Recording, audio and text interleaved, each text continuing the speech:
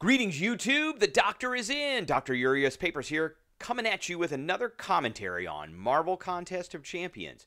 Don't forget to hit that subscribe button. If you like this video, hit the like button. If you have any questions or comments, please leave a question or a comment. All right, today I did want to talk a little bit about these new hacks or boss nodes or boss modules that we're getting in the incursions that's happening this month, and how best to use them. And I want to look at each one of them individually. We're going to start with Prode Degeneration. So a lot of these come in two parts, and it's the second part that is the most important part. So first off, Prode Degeneration, knocking down the defender grants the attacker a 30% prowess buff for 8 seconds. Okay, so you get that. So if you knock him down, you get a prowess buff. It's in a 30% buff, which means your special attack is going to do 30% more damage. When launching, so that's part one. Part two, which is separate but connected. When launching a special attack, all hits have a chance per prowess effect to inflict a degeneration debuff, dealing 30% attack damage. So, direct damage over 10 seconds. If the champion has an equipped relic, you get gain 2 prowess effects instead. But that only has to do with the first sentence, not the second sentence.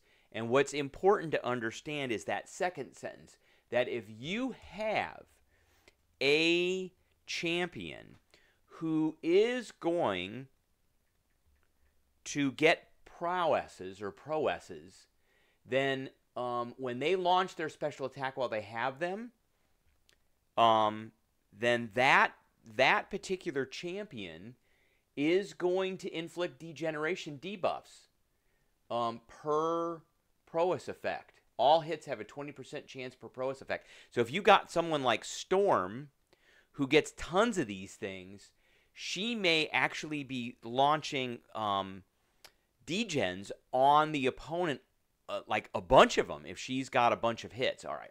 One other thing I do want to look at here as well is we need to look at this in the context of the game itself, because there's certain things that are going on with certain special objectives as well. So, for instance, with levels 4 and 5, which we're done with level 4, but if we look at level 5, we're looking at defensive utility, offensive damage over time, and control denial. So let's look at that on Aunt May to see defensive utility. Who has defensive utility might do prowesses. So no.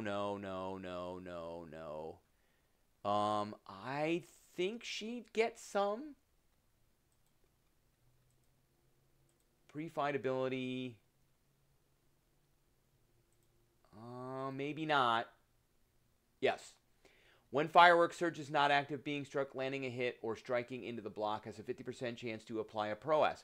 So this is an example of Jubilee, who is a defensive utility. It's right here, defensive utility. So she's one that gets prowess buffs, and because she gets those, this Prode Degeneration applies to her. So whenever she launches a special attack, she has a 20% chance per prowess to inflict this degen. And then there are degen hacks that you can put on as well that increase the damage. So let's see here. No.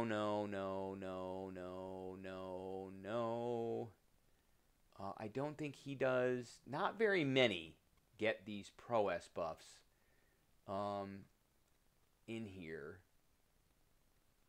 I think she is about the only one on here that does. Now, we have one other thing here. So we've got defensive utility, offensive damage over time. So let's look at that. Who is offensive damage over time? Who gets prowesses for offensive damage over time? Dun, dun, dun, dun, dun. No, no, no, no, no, no. Jubilee's back here again. There she is again.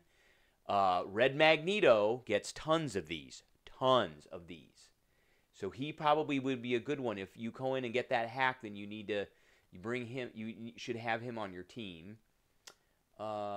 He gets White Magneto also gets them. A lot of these are mutant champs. So no, no, no. No, no, no, no, no, no. I don't think he gets them. He might. Toad gets them as well. He doesn't get very many, but he does get them. So, always active, tongue attacks.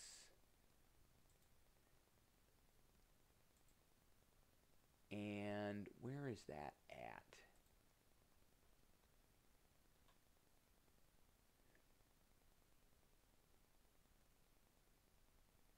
I know he gets them. They're in there somewhere. I know that he gets them. And I believe that is it.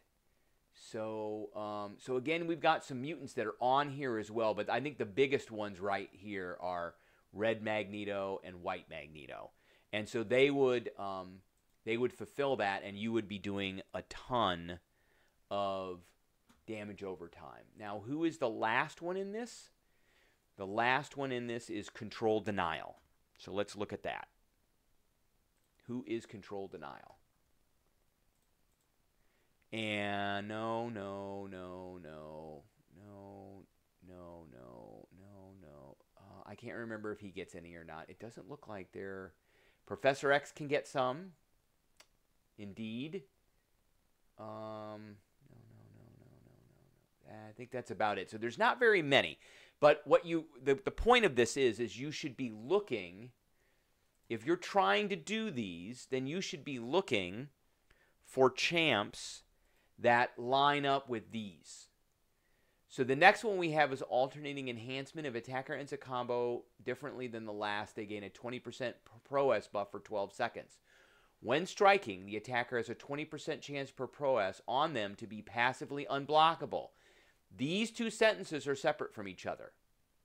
Remember that. So if you bring in a champ that has prowesses, whenever they strike, there's a 20% chance per prowess that they will be passively unblockable. And you need to go through that kind of calculation that I just did to look and see who is going to benefit from that. So Armor Burst. Basic attacks have a 30% chance to grant 8-second armor up buff, granting 20% rating.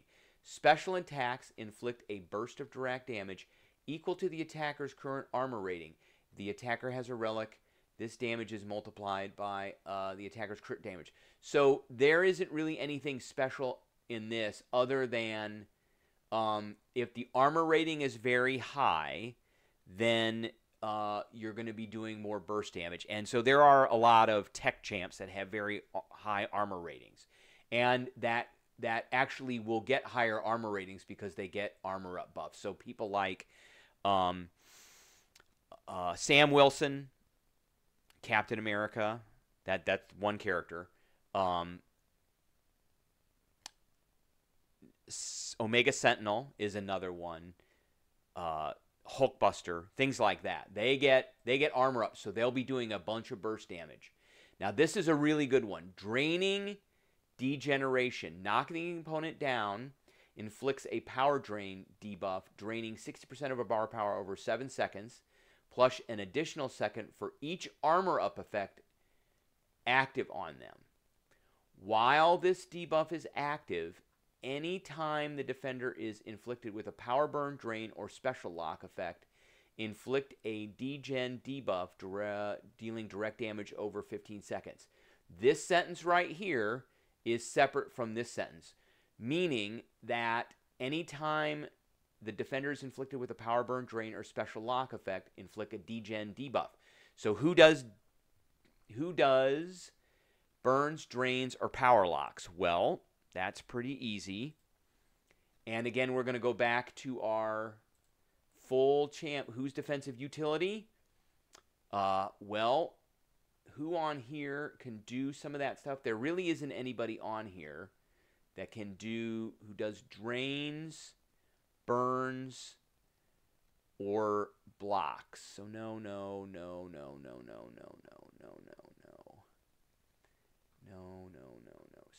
So we may be out to lunch on this one, but we're looking at offensive damage over time.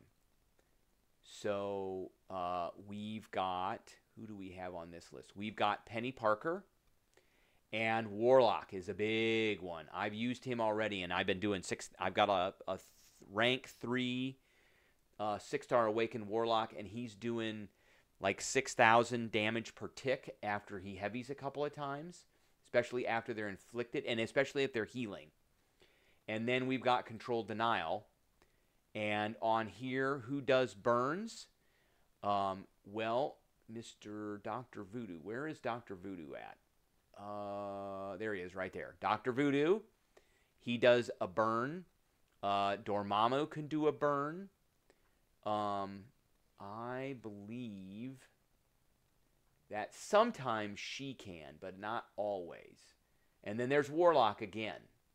So you can really utilize that to move forward quickly and cheese out the thing. So all-out attacks is the next one. Increase attacker's ability accuracy by a flat 10%. Increase the potency of all attack enhancements by 50%. So if the attacker is a relic, double the potency of the effect granted by this hack. So it becomes 20% and 100%. And this is these you get, as you go through the incursion. But really, it's anybody that's dependent on an ability to activate because of ability accuracy. This is not that great. The draining degen is great. The alternating enhancement is great. The armor burst is great if you can get armor up champs. Then there's all out effects. Attackers gain a 10% increased buff and debuff duration. So this one is good for cosmics. This one is generally good for skills and science, and increase the potency of all reinforcement hacks.